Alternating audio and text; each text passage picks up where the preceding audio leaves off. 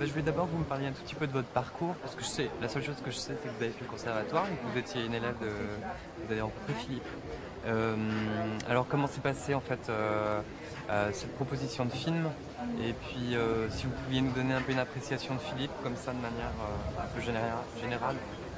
Alors en fait c'était quand il a été professeur au conservatoire pendant de nombreuses années et ensuite en fait il dirigeait un atelier à la FEMIS et en fait on travaillait avec des jeunes réalisateurs de la FEMIS et donc 15 élèves comédiens pendant 2 semaines oui, 30 et donc 15 élèves pendant une semaine. Et tous les soirs, en fait, il y avait le dérochage avec Philippe et tout le monde en prenait pour son grade, réalisateur comme comédien, parce qu'on avait tourné des petites scènes, voilà, comme ça dans la journée en DV, et le soir, on visionnait les rushs avec Philippe ouais. Et ensuite, à l'issue de cet atelier-là, on avait donc tous joué dans des courts-métrages et puis voilà, il m'a dit un jour à la cafétéria de la FEMIS, tiens, je vais t'apporter mon script de demain, puis si ça te plaît, j'aimerais que tu fasses Lily, enfin je regarde Lily et c'était fou parce que c'est déjà, rien que dans la manière de proposer la chose, une humilité et une simplicité folle, quoi. C'est-à-dire que c'est pas tiens, je pense à toi pour. Non, non, c'est je vais te donner le script et tu vas le lire et si ça te plaît, ça m'a paru aberrant que ça me plaise pas de toute façon, mais impossible plutôt. Et le lendemain, il m'a apporté le script et puis voilà, j'étais soufflée de tant de. Rien qu'à la lecture, c'est d'une beauté inouïe parce que c'est d'une poésie dingue. Il dit en fait tous les sentiments que ressentent les personnages.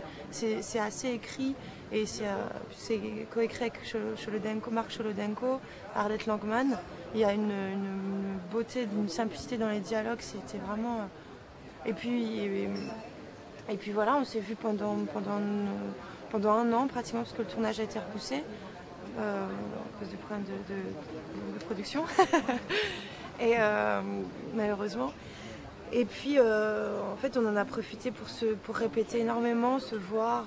Tous les samedis en fait on avait rendez-vous dans une petite salle au Pré Saint-Gervais où on se voyait tous les comédiens, tout le groupe, constituer le groupe et de là naissait vraiment, sans répéter particulièrement les scènes, mais on a très peu vu les scènes puisqu'on ne voulait pas les abîmer, quoi, mais parfois oui, il enregistrait au dictaphone des conversations, il nous demandait de parler de politique, sexualité, tout ça, puis on parlait, il nous enregistrait et parfois dans les nouvelles moutures du scénario on retrouvait des phrases, des éléments qu'on disait, notre manière de parler, notre syntaxe, voilà la manière de construire les phrases, les doutes, les hésitations, là, tout ça.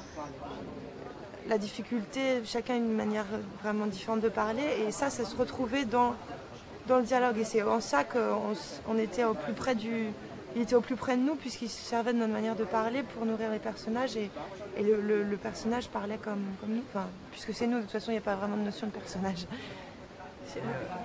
Et alors, par rapport au thème principal, il y a quand même mai 68, c'est vraiment une période qu'il évoque de manière très frontale là pour le coup. Il l'avait un peu abordé dans d'autres films, mais pas aussi de manière aussi frontale. Et vous avez beaucoup parlé de cette période-là ensemble. Il nous a fait écouter des extraits des captations de rues comme ça à cette époque-là, des journaux, on a beaucoup regardé des photos, lui à 20 ans, alors on rigolait, on voyait sa tête à 20 ans, mais c'était très bon enfant, et voilà, il commandait des pizzas, et on mangeait des pizzas, et en regardant. Après il me parlait de Zouzou aussi, on a parlé, je me souviens d'une discussion qu'on a eue en rentrant d'une répétition, où on m'a longtemps parlé de Zouzou, parce que c'était une femme qui à l'époque était très engagée, très militante, allait au front, quoi, elle était sur les barricades, elle était en première ligne sur les barricades. Et bien que Lily elle soit pas aussi téméraire dans sa lutte politique, mais il y avait un pendant comme ça, un rapprochement avec Zouzou, je me souviens. Justement, lui, en tant que cinéaste, avoir à vous, ce besoin de signifier l'importance de mai 68 aujourd'hui, particulièrement avec justement tout ce groupe de jeunes autour de lui. Est-ce qu'il y a cette idée de transmission, vous l'avez senti fortement? Oui, mais en même temps, l'urgence à montrer la vie, l'amour, cette urgence-là, il ne pourrait pas faire autrement que de... Enfin, comment dire ouais, l'urgence à dire, à filmer, à faire un film. Et bien sûr, moi, la filiation avec son fils, c'est très fort aussi. Il y a bien sûr une transmission, il y a quelque chose de cet ordre-là, mais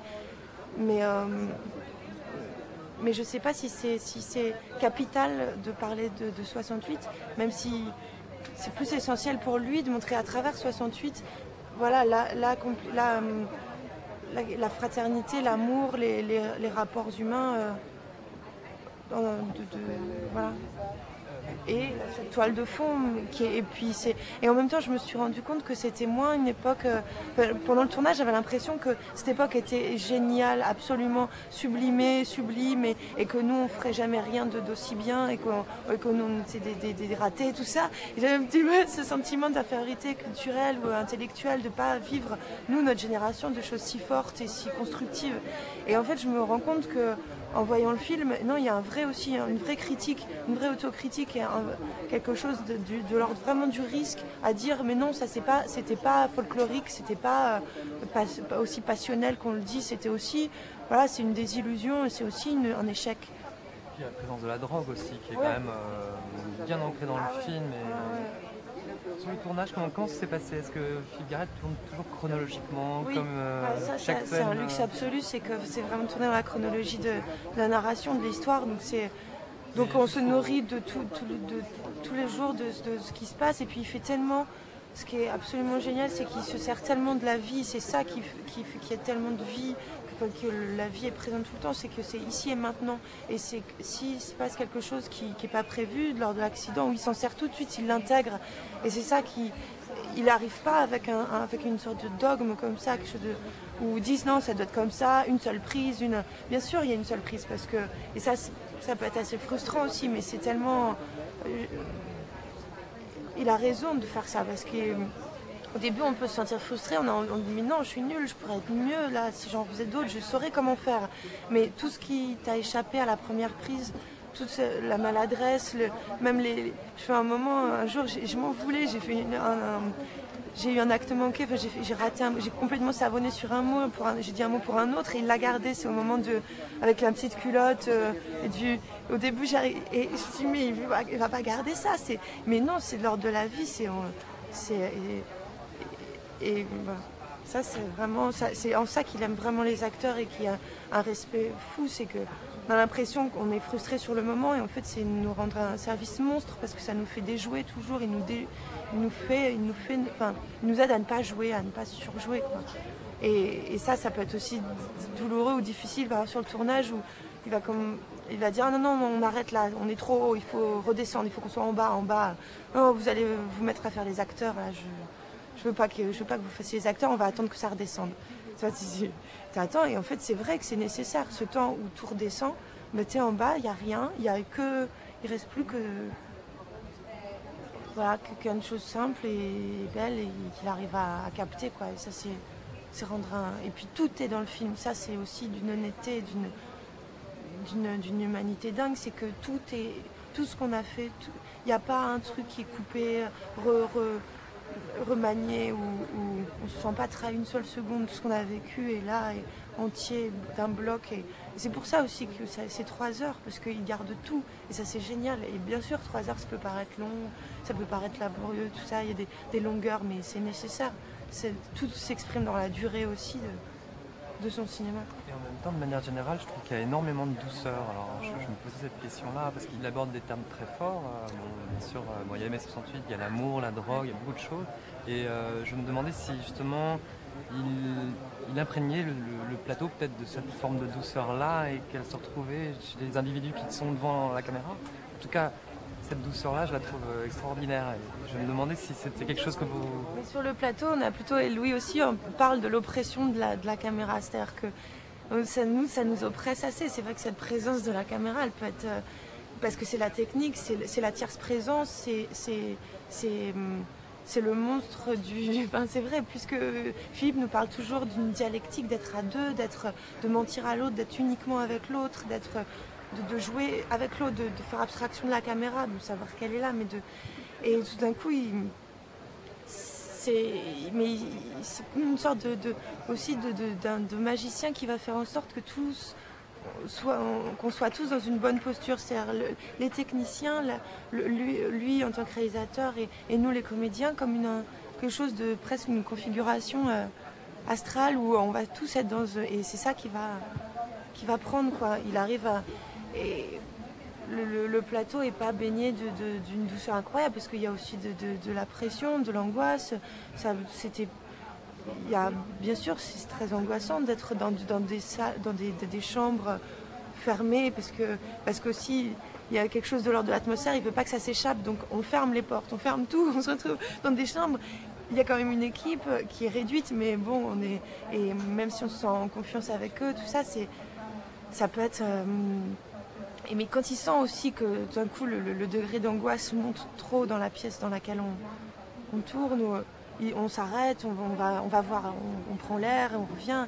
Il n'y a pas de souffrance à se mettre dans des conditions difficiles pour accoucher de choses. Non, il y a un extrême respect.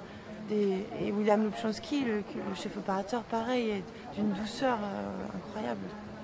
Et alors, votre rencontre avec le fils de Philippe Garrel, Louis, comment ça s'est passé? Vous le connaissiez avant peut-être? On se connaît du conservatoire, même si bien que Louis soit dans la promo juste après. Et au début, non, on se connaissait très peu, comme des élèves qui commencent dans une école, mais ensuite, quand j'étais encore au conservatoire quand on répétait le film. Et Louis était en deuxième année, il a encore eu un an après, avant qu'on tourne le film. Et non, mais ça, la complicité et le rapport est né pendant tous ces moments. On se voyait tous aussi. Et oui, par rapport à notre rencontre aussi, j'avais parfois peur pendant le tournage du film.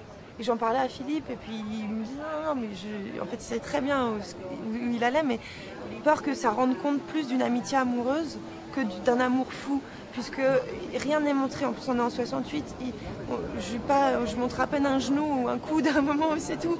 Ça se termine. Et je me disais, on se effleure à peine les mains, on s'embrasse pas une seule fois. Et pourtant, c'est ça qui me fascine dans le film, c'est que l'histoire d'amour se raconte, mais le désir, et même chez tous les autres couples du film, il y a une force charnelle, un désir fou sans rien montrer. Et ça, c'est la mise en scène, c'est le génie de la mise en scène de Philippe.